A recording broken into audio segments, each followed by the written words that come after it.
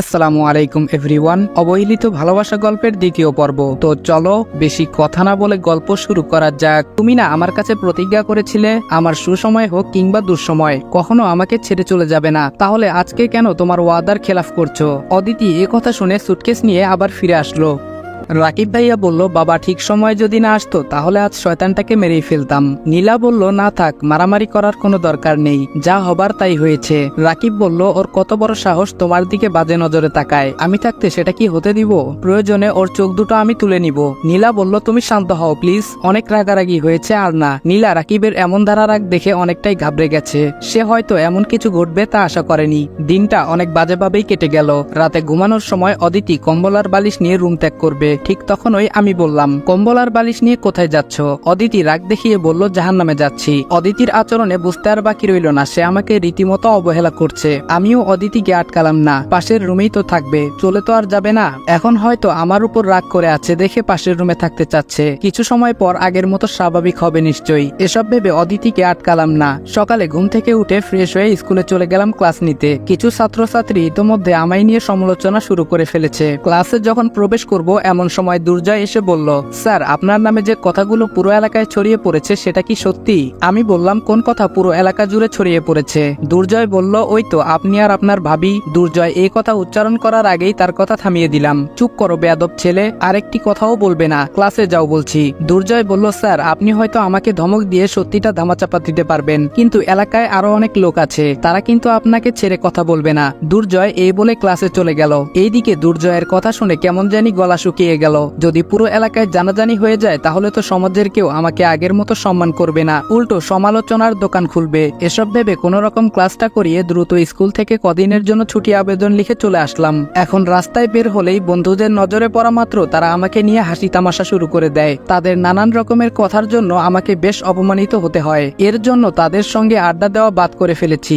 বাড়িতে থাকবো সেটাও শান্তি নেই, অদিতির সঙ্গে কথা বললেই ঝগড়া লেগে যায়। সেদিনকার ঘটনার জন্য বাবা মাও কেমন পাল্টে গেছে, আমার সঙ্গে প্রায় কথা বলাই বন্ধ করে ফেলেছে। আগ বাড়িয়ে কথা বললেও তারা আমার সঙ্গে কথা বলতে ইচ্ছুক না। তাদের আচরণে সেটা বুঝতে পারতাম। এভাবেই কিছুদিন কেটে গেল, কিন্তু বাড়ির কেউ আমার সঙ্গে সেই আগের মতো আচরণ করছে না। বাবা মা যদিও কথা বলে কিন্তু আগের মতো না। নীলা ভাবিও এখন বাড়াবাড়ি করে না, হয়তো তার প্রতিশোধ নেওয়া শেষ। পরিবার থেকে শুরু করে বন্ধু বান্ধব সকলের কাছ থেকে আমাকে আলাদা করতে পেরেছে। শুধুমাত্র একটা অপবাদের জন্য আজ পরিবার এবং সমাজ দুইটার কাছে ঘৃণিত ব্যক্তি হয়ে গেলাম। 2 সপ্তাহ পর সকালে ঘুম থেকে উঠে ড্রয়িং রুমে এসে লক্ষ্য করলাম বাড়িতে অনেক ডেকোরেশন এবং লাইটিং লাগাচ্ছে, আর সেটা কোন উপলক্ষে আয়োজন করছে তা আমার অজানা। বাড়িতে যেহেতু কেউ আমার সঙ্গে কথা বলে না, আমি তাদের সঙ্গে একবারিও কথা বলি না, কিন্তু অদিতির সঙ্গে কথা বললেই ও আমার কোনো কথার উত্তর দেয় না। প্রথমে ভেবেছিলাম কিছুদিন পর অদিতি আবার আগের মতো স্বাভাবিক হয়ে যাবে, কিন্তু সেদিনের ঘটনার পর থেকে আমাকে এড়িয়ে চলে, কথা বলে না। তারপরও আজ একবারিয়ে অদিতিকে জিজ্ঞেস করলাম বাড়িতে কার জন্য অনুষ্ঠান করা হচ্ছে। অদিতি আমার কথা শুনেও না শোনার ভান করে চলে গেল। অদিতির এরকম অবহেলা দেখে একটু কষ্টই পেলাম। আজ এতদিন পর অদিতির সঙ্গে কথা বলছি, তারপরও আমার সঙ্গে কথা বলতে ইচ্ছুক না। রুমে এসে ফ্রেশ হয়ে স্কুলের উদ্দেশ্যে রওনা দিব। এমন সময় অদিতি কি জানি খুঁজতে রুমে এলো। এই সুযোগে একটু দুষ্টামি করে অদিতিকে আলতো করে জড়িয়ে ধরলাম।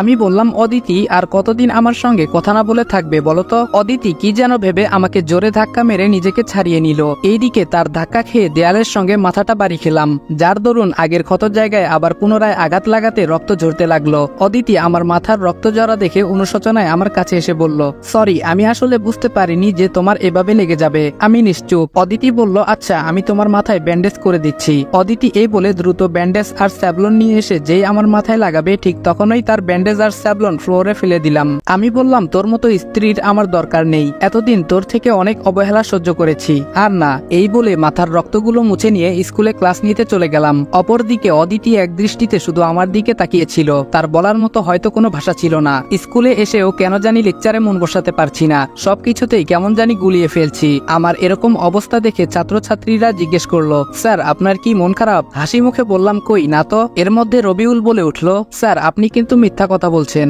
যেদিন আপনার মন খারাপ থাকে সেদিনই লেকচারে একটু সমস্যা হয়, সেটা কিন্তু আমরা সবাই জানি। আমি বললাম, হ্যাঁ সত্যি বলতে আজকে আমার মনটা ভীষণ খারাপ, কিন্তু এই টপিক নিয়ে তো ক্লাসের সময় ফাঁকি দেওয়া যাবে না, সামনে তোমাদের মধ্যবর্ষ পরীক্ষা, সেদিকে খেয়াল রাখতে হবে, বুঝতে পেরেছো?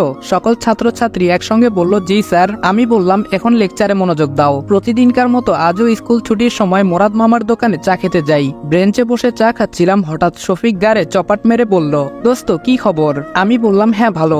এই বলে চা খেতে মনোযোগ দিলাম। শফিক একটু খোঁচা মেরে বলল, এলাকায় এসে তোর নামে যা শুনলাম আমি কিন্তু এসব বিশ্বাস করিনি, কিন্তু নীলার সঙ্গে তোর যেহেতু আগেই সম্পর্ক ছিল, সেদিক থেকে বিবেচনা করে দেখলে তোদের মাঝে কোনো অঘটন অবশ্যই ঘটেছে। শফিকের এরকম খোঁচা মারা কথা শুনে চাটা কেমন জানি গলায় আটকে গেল। তারপর চায়ের টাকা দ্রুত দিয়ে ওখান থেকে চলে আসতে যাব, এমন সময় শফিক পেছন দিক থেকে বলে উঠল, কিরে চলে যাচ্ছিস কেন? তোর ভাবির সঙ্গে কি অঘটন ঘটিয়েছিস সেটা তো বলে যা। শফিকের কথায় নিমিষেই রাগ উঠে গেল। মন চাচ্ছিল তাকে গিয়ে উড়াদুরা কয়েকটা লাগিয়ে দেই, কিন্তু এসব করলে হয়তো সমাজের লোকজনেরা আমাকে খারাপ ভাববে। তাছাড়া আমি একজন শিক্ষক, আমাকে এসব মারামারি একদমই মানায় না। শফিক আজকে খোঁচা মেরে কথা বলার সুযোগ পেয়েছে দেখে খোঁচা মারছে, তার কথায় ভ্রুক্ষেপ না দেওয়াই শ্রেয়। এসব ভেবে নিজের রাগ নিজের মধ্যেই চেপে রাখলাম। তারপর বাসায় এসে লক্ষ্য করলাম ইতোমধ্যে অনুষ্ঠান শুরু হয়ে গেছে। একটা বিষয় আমাকে কেন জানি ভাবাতে শুরু করলো, বাসায় অনুষ্ঠান করছে অথচ আমাকে কিছুই জানায়নি। কোন উপলক্ষে আয়োজন করছে সেটাও অজানা। বাসায় বেশ আত্মীয় স্বজনের আনাগোনা আছে দেখছি। বাবা মা তারাও নতুন পোশাক পরিধান করেছে এবং অদিতির বাবা মা ও তার ছোট বোন আরোহী এসেছে। দূর থেকে তাদের এসব দৃশ্য দেখে কাউকে কোনো কিছু না বলে নিজের রুমে এসে লক্ষ্য করলাম অদিতিও সাজুগুজু করছে। এবার বুঝতে পারলাম আমাকে ছাড়াই এই অনুষ্ঠান করছে, তার মানে আমাকে রীতিমতো অবহেলা করা হচ্ছে। সেদিকে ভ্রুক্ষেপ না দিয়ে ফ্রেশ হতে গেলাম। ফ্রেশ হয়ে এসে অদিতিকে খাবার রেডি করতে বলবো, এমন সময় অদিতি আমার পাশ কাটিয়ে চলে গেল। অদিতির এরকম আচরণে আমার খুব খারাপ লাগলো। আমি যখন ওই রুমে থাকি তখনই অদিতি রুমে থাকলে কেমন জানি আনইজি ফিল করে, তাকে দেখেই সেটা বুঝতে পারতাম। এখন আমার গুরুত্ব তার কাছে নাই বললেই চলে। নীলা ভাবি আমার জীবনটাকে যে সত্যি নরক বানিয়ে দিবে তা কখনো ভাবিনি। ক্ষুধার্ত অবস্থায় এসব ভাবছি, হঠাৎ অদিতির ছোট বোন আরোহী এসে আনন্দের সহিত বলে উঠল, ভাইয়া কেমন আছেন? কতদিন পর আপনাকে দেখলাম। আমি হেসে বললাম, আরোহী যে কেমন আছো তুমি? আরোহী বলল, হ্যাঁ ভালো, তবে আপনি কিন্তু আগের তুলনায় একটু বদলে গেছেন। আমি বললাম, আমি আগের মতোই আছি, একটুও বদলাইনি। আরোহী বলল, বললেই হলো, আগে তো আপুকে নিয়ে প্রায় আমাদের বাসায় ঘুরতে যেতেন, কিন্তু এখন যান না কেন? আরোহী কিছু বুঝতে পারলো নাকি? না, এ বিষয়ে তাকে কিছু বুঝতে দেওয়া যাবে না, এড়িয়ে যেতে হবে। আমি বললাম, আরোহী তোমার ইন্টারমিডিয়েট পরীক্ষার প্রস্তুতি কেমন চলছে? আরোহী বলল, হ্যাঁ সব ভালোই চলছে। আমি হেসে বললাম, দেখো আবার যেন কোনো সালমান খানের প্রেমে টেমে পড়ো না, তখন কিন্তু পরীক্ষায় বড় মাপের মিষ্টি পাবে। আরোহী বলল, ভাইয়া এসব কথা বললে কিন্তু আপনার সঙ্গে কথাই বলবো না। আরোহী লজ্জা পেয়ে চলে যেতে ধরবে, এমন সময় আরোহীর হাত ধরে বললাম, আরে লজ্জা পেয়ে চলে যাচ্ছ কেন? আমি তো তোমার সঙ্গে একটু ফান করলাম, বসো। হঠাৎ করে অদিতি রুমে এসে আরোহীকে হাত ধরা অবস্থায় দেখে রাগান্বিত সুরে বলে উঠল, বাহ, শেষে কিনা আমার বোনের সঙ্গে অসভ্যতামি করা শুরু করে ফেলেছ। হঠাৎ অদিতির এরকম কথা শুনে আকাশ যেন আমার মাথায় ভেঙে পড়ল। অদিতি আমাকে আবার ভুল ভাবছে। এর মধ্যে আরোহী তার আপুকে বলল, আপু তুমি এসব কাকে কি বলছো? কিছুই তো বুঝতে পারছি না। অদিতি বলল, তোর বোঝা লাগবে না, মা তোকে খুঁজছে, তুই নিচে যা। আরোহী বলল, আপু তুমি আমার সঙ্গে রেগে কথা বলছো কেন? আমি তো মাকে বলেই ভাইয়ার সঙ্গে দেখা করতে আসলাম। অদিতি রেগে বলল, তোকে যেতে বলেছি, তুই যা। আরোহী তার আপুর রাগ দেখে কোনো কিছু না বলে রুম ত্যাগ করলো। আরোহী চলে যাবার পর আমি বললাম, এটা কি হলো? অদিতি বলল, কই কি হলো? আমি বললাম, তুমি আরোহীর সঙ্গে বাজে বিহেভ করলে কেন? অদিতি বলল, আমার বোনের জন্য দরদ যেন ভালোই উথলাই পড়ছে। আমি বললাম, দরদ মানে? তুমি আমাকে কি বোঝাতে চাচ্ছ? অদিতি বলল, আরোহীর হাত তখন ধরে রেখেছিলে কেন? নিশ্চয়ই মনে কোনো বাজে মতলব ছিল। তোমার তো আবার চরিত্রের ঠিক নেই। যার নিজের ভাবির সঙ্গে নোংরামি করতে আত্মসম্মানে বাজে না, সেখানে আরোহী তো শালিকা মাত্র। আল্লাহ সহায় ছিল বলে আরোহীর কোনো অঘটন ঘটে যাওয়ার আগেই এসেছিলাম, নয়তো আজকে আরেকটা দুর্ঘটনার সম্মুখীন হতে হতো। আমি চিৎকার দিয়ে বললাম, অদিতি বেশি হয়ে যাচ্ছে কিন্তু, তুমি বারবার আমার চরিত্র নিয়ে কথা বলতে পারো না। আরোহীর দিকে কোনো প্রকার বাজে নজরে আমি তাকাইনি। অদিতি বলল, চোর কখনো চুরি করে বাগানের মালিককে বলবে না যে আমি চুরি করেছি, সে তার কুকর্মের কথা প্রকাশ না করে গোপনই রাখবে। আমি রেগে বললাম, অদিতি এবার থামো প্লিজ। অদিতি বলল, সত্যি কথা বলছি তো, এর জন্য গায়ে কথাগুলো কাটার মতো বিনছে, তাই তো?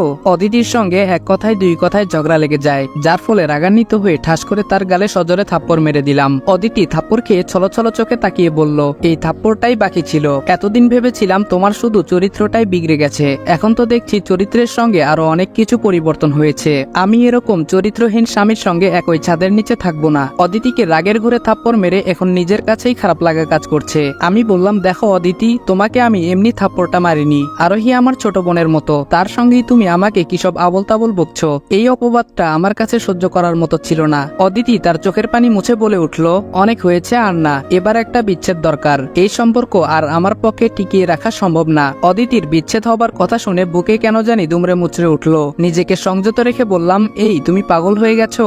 সম্পর্ক টিকিয়ে রাখা সম্ভব না মানে কি সব আবল তাবল বকছো? অদিতি কোনো কিছু না বলেই তার সব কাপড় চোপড় সুটকেস ভর্তি করে চলে যেতে লাগলো। তাকে বাধা দেওয়ার পরও আমার কোনো কথাই শুনলো না। ড্রয়িং রুমে এসে তার বাবা মা ও তার বোন আরোহীকে নিয়ে তাদের বাসায় চলে গেল। বাড়ি ভর্তি মেহমানের সামনে এত অনুরোধ করার পরও অদিতি আমাকে ছেড়ে চলে গেল। মেহমানরা শুধু নীরব দর্শকের মতো আমাদের কাণ্ড দেখে যাচ্ছিল। অনেকটাই অপমানিত প্লাস কষ্ট পেয়েছিলাম।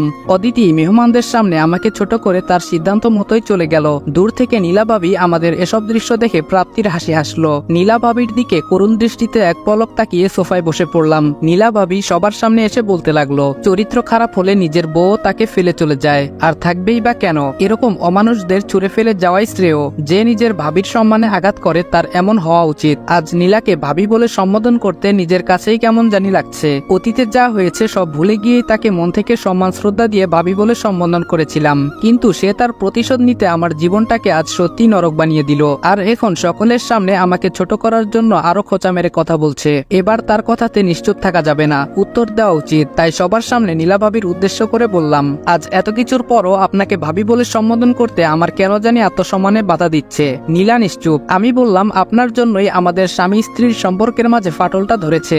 সেদিন তো চিৎকার চেঁচামেচি করে আমার নামে অপবাদ ঠিকই ধরিয়ে দিলেন, কিন্তু সত্যিটা তো উপরওয়ালা একজন জানেন। তিনি একদিন সঠিক বিচারটাই করবেন। আপনি আমার জীবন নরক বানিয়ে দিয়েছেন ঠিকই, কিন্তু এর জন্য একদিন আপনিও আফসোস করবেন। এটা বলে নিজের রুমে চলে আসলাম। রাকিব জিজ্ঞাসা করলো, নীলা ও কি বললো? কিছুই তো বুঝতে পারলাম না। নীলা বলল, ইয়ে মানে ও পাগল হয়ে গেছে। অদিতি ওকে ছেড়ে চলে গেছে তো এর জন্য উল্টাপাল্টা বকছে। রাকিব বলল, আচ্ছা চলো এবার তাহলে আমাদের প্রথম বিবাহ বার্ষিকের কেকটা কাটি। নীলা বলল, হ্যাঁ তাই চলো। অন্যদিকে অদিতির মা বলল, অদিতি মা, তুই কি কাজটা ঠিক করলি? জামাইকে বাড়ি ভর্তি মেহমানের সামনে অপমানিত করে ছেড়ে চলে আসলি, আবার তো তার কাছেই তোকে যেতে হবে। অদিতি কান্না করে বলল, মা আমি ওই চরিত্রহীন লম্পটটার কাছে আর যাবই না। অদিতির মা বলল, যা কিছু হয়েছে সেটা একটা দুর্ঘটনা মনে করে ভুলে যা এবং জামাইকে নিয়ে আবার সংসারটা গুছিয়ে নে। অদিতি বলল, না মা, ওর সঙ্গে সংসার করার কোনো ইচ্ছাই আমার নেই। আমি ওকে মন থেকেই অনেক ঘৃণা করি। তাহলে সংসার করব কিভাবে? মা তুমি হয়তো জানো না, ওর চরিত্র নিয়ে রোজ কারো না কারো কাছে আমার কথা শুনতে হয়। আমি শুধু তাদের কথাগুলো নীরবে হজম করে যাই। তাদের কথার প্রতি উত্তরে বলার মতো ভাষা আমার থাকে না। তাহলে সেই মানুষটার সঙ্গে কেমনে একই ছাদের নিচে থাকতাম তুমি বলো? অদিতির কথায় তার মা নিশ্চুপ হয়ে গেলেন। এখন তার মেয়েকে বোঝানোর মতো ভাষা তার জানা নেই। এর মধ্যে অদিতির বাবা আকবর হোসেন এসে লক্ষ্য করলো তার মেয়ে কান্না করছে এবং তার স্ত্রী চুপ করে আছে। এ দেখে আকবর হোসেন তার মেয়ের উদ্দেশ্যে বলে উঠলেন,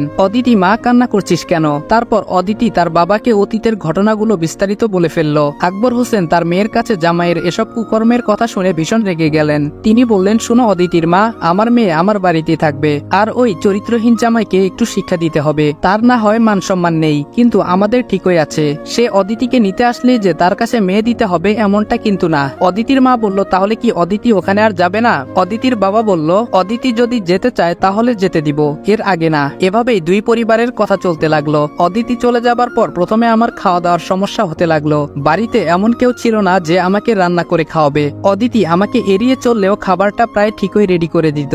আজ প্রায় এক সপ্তাহ কেটে গেল, অদিতির সঙ্গে আমার কোনো যোগাযোগ নেই। অনেকবার কল দিয়েছি কিন্তু তার সিমটা প্রতিবারে বন্ধ দেখায়। হয়তো আমার কারণেই সিমটা বন্ধ করে রেখেছে। আমার এমন করুণ অবস্থা দেখে নীলা ভাবি প্রাপ্তির হাসি হেসে যায় প্রতিনিয়ত।